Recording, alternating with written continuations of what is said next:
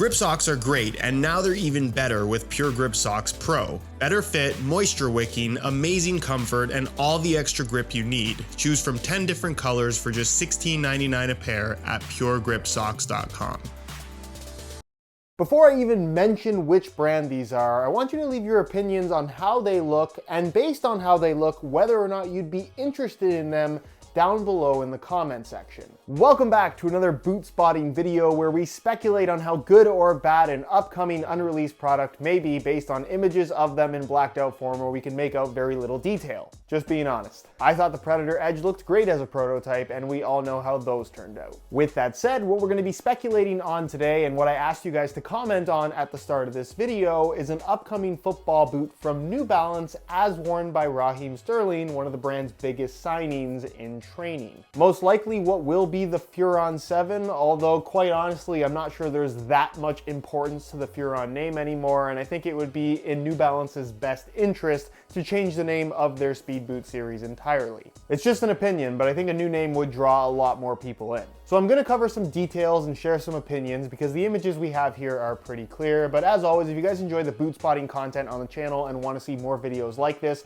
please don't forget to support this one with a like, and make sure you are subscribed along with hitting that bell notification so you don't miss out on future content from me all throughout 2022. So looking at these boots, the first thing that I think the majority of people are going to notice is the lacing system being pushed way off to the lateral side of the boot, basically on the outside of your foot, which isn't quite like the OG Nike Hypervenom Phantom 1, but it definitely has that kind of vibe to it. And to me, this is something that's super exciting as an upcoming pair of football boots, because if we look at the current market and really what's been available for the last several years, we really haven't had a football boot with a lacing setup and general shape quite like this. And if this is in fact the next generation Furon or the next speed boot from New Balance, it would really make this super unique, not just in comparison to everything else, but certainly in comparison to other speed boot competitors, a category of football boots that at the moment is as competitive as it's ever been. So I think it's important that they come out with something distinctive, and I have to say, it's something that I really credit New Balance for over all these years since they re-entered the football boot industry, is they always seem to kind of do their own thing in terms of design, and this looks to be no different. With this design, however, with the laces being pushed so far to the lateral side, it's really important that they nail the shape and also use a material for the upper that's going to allow for the pliability and just the freedom to move and bend with your foot, because obviously you're going to have a large section of the upper wrapping almost all the way across your foot down to the arch area on the medial side that is free of any kind of laces or fastening system, which could lead to some really ugly creases. I think a great example of that would be the Nike Phantom GT line, whether it's the GT1 or GT2. Because of that off-centered lacing system, you're left with those big creases on the medial side. But based on these images, and again, take all of this with a grain of salt because it's entirely likely that Sterling is wearing a pair that is custom made for his feet, but they seem to be wrapping very, very closely. And with that off-centered lacing system,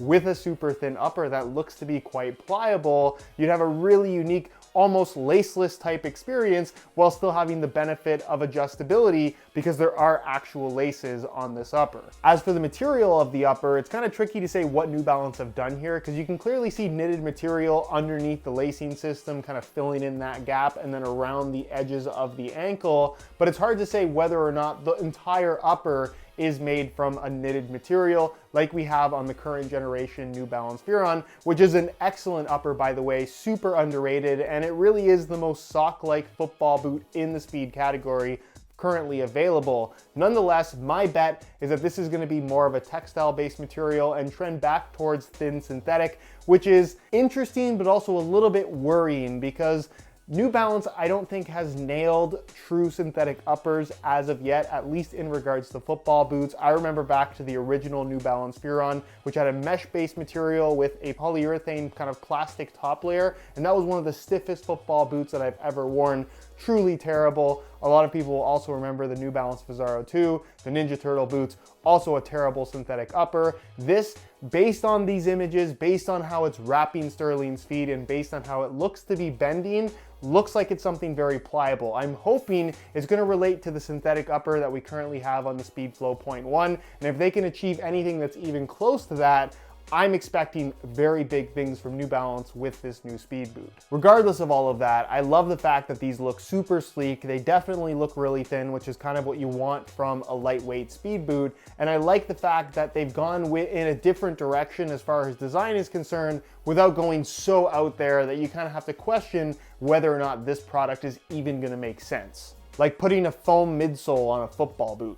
As for the sole plate and stud pattern, we don't have any clear images of the bottom of the boots, but you can see from a side profile, it does have a bladed stud pattern that looks to be pretty much the same as what we have from the current New Balance Furon, which wouldn't necessarily be a bad thing. I've called New Balance out a little bit, and I realize I just talked about their unique design concepts. Their FG stud pattern on the Furon is a little bit kind of a copy of the Nike Mercurial and its FG stud pattern, which means that it's very effective and super aggressive.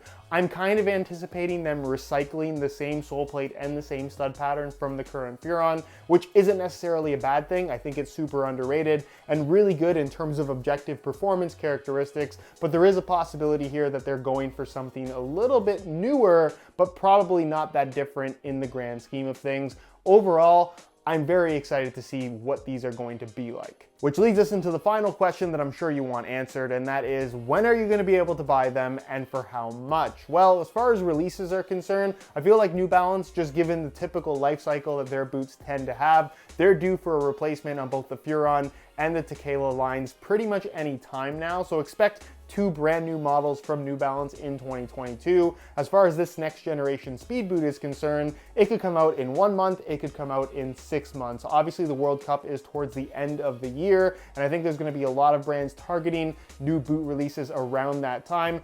I think these are going to come out sooner than that, but only time will tell. I would say within the next 3 months is a pretty safe bet. And as far as pricing is concerned, the current New Balance Furon 6 Plus Pro retails for $210. I am anticipating these retailing for, at the very least, the same amount of money. I really hope they don't try to price them higher. And if anything, I think it would be to their benefit to price them even lower, because Puma with the Ultra 1.4 now at $200, $10 less than New Balance, which is not the most desirable football boot brand as it is. It just makes it even less desirable if there are cheaper, more sought after options in the speed category. So in my opinion, they should definitely price these lower if they want people to even give these a chance, but only time will tell. I'm expecting 210 bucks. So to end this video, I want to circle back to the initial question that I started with, and that is, what do you think of these football boots simply based on how they look? But now that you know that they're football boots from New Balance, are they boots that you would even give a chance? If your answer has changed just based on the knowledge that they're made by New Balance, that just goes to show how powerful and how influential football boot marketing has become. Something to think about.